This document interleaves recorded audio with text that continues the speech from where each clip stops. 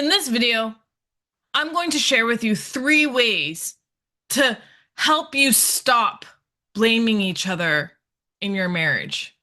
And this could help change things for you. So be prepared because we all know that there's a lot of finger pointing, there's a lot of blame that goes into our conversations, into our disagreements, into our arguments with our partner.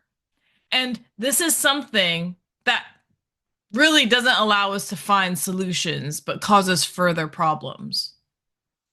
I'm sure you can relate that you're having an argument about not keeping the house clean, not being able to do the laundry and tidy up after yourself, and you're just a messy person in general. And this is the context of the argument. This is what you are approaching one another about and working on resolving. Yet, when this argument erupts, you say, hey, babe, like, you haven't been keeping the house tidy, like, your stuff is all over the place, laundry's everywhere. It's just really causing me a lot of stress, and it's bothering me. Why can't you just be tidy and clean up after yourself? Most likely, you'll get a response that will be very defensive. I'm so busy, I'm tired, I have so much things on the go. I'm sorry, this isn't like my biggest priority right now, so I'm sorry that it offends you. And then this conversation starts to erupt, and you start dragging in the finances. Be like, well, if I had money, I could hire a maid and help them get me to do the work. And then you start dragging in how busy you are and stressed out you are at work. I have so much things to do, so many deadlines. I can't handle the stress of life. And then you bring in the chores of needing to cook dinner every night. Well, I gotta cook dinner for you guys because no one else does it but me. And you start going down this vortex of complaining, of blaming, and let's be honest, it goes nowhere. And either it ends on nothing being resolved, it ends on people blaming each other and causing further friction, and leaves both people angry and upset. So here are 3 ways to stop blaming each other in an argument.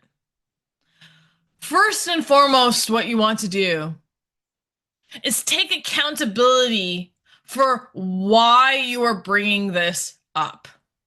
Why are you bringing up this as a problem? If it's a problem for you, get really clear on that. And rather than blaming the person, making it sound like blame, you want to use I statements. I feel this way because a household that is disorderly makes me feel stressed out.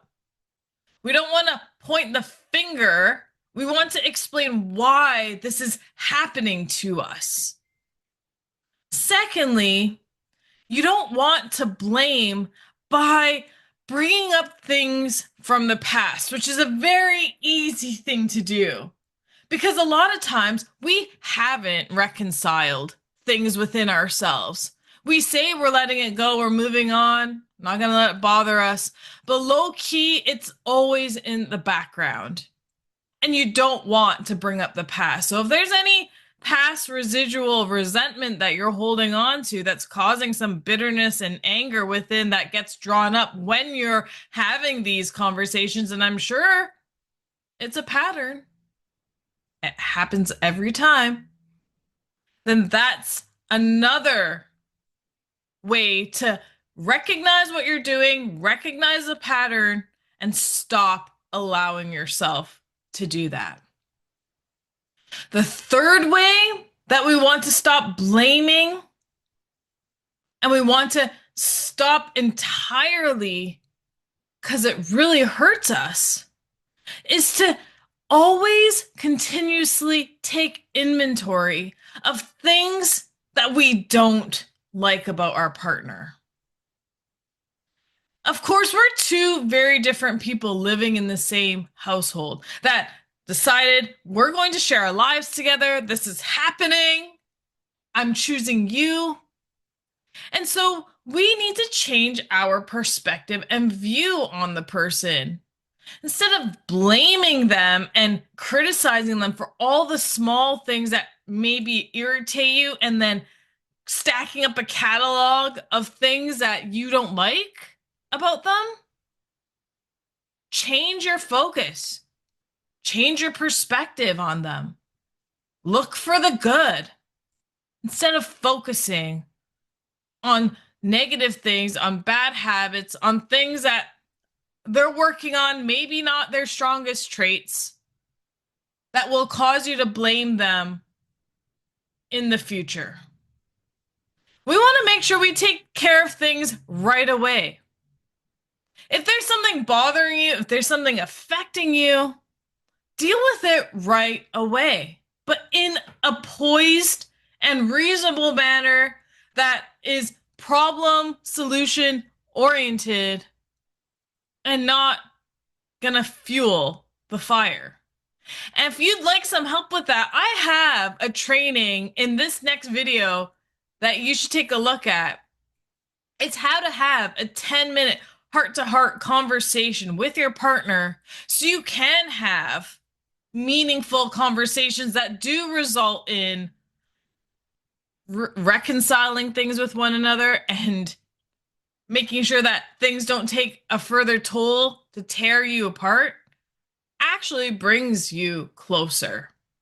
So stop blaming, take accountability, do what's necessary to let go of the past, and don't look for all these negative traits and characteristics that will cause you to create that catalog. Blaming is not necessary in a relationship.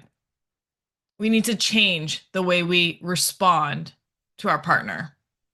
Hope we're able to get some value of that today. I'll see you soon.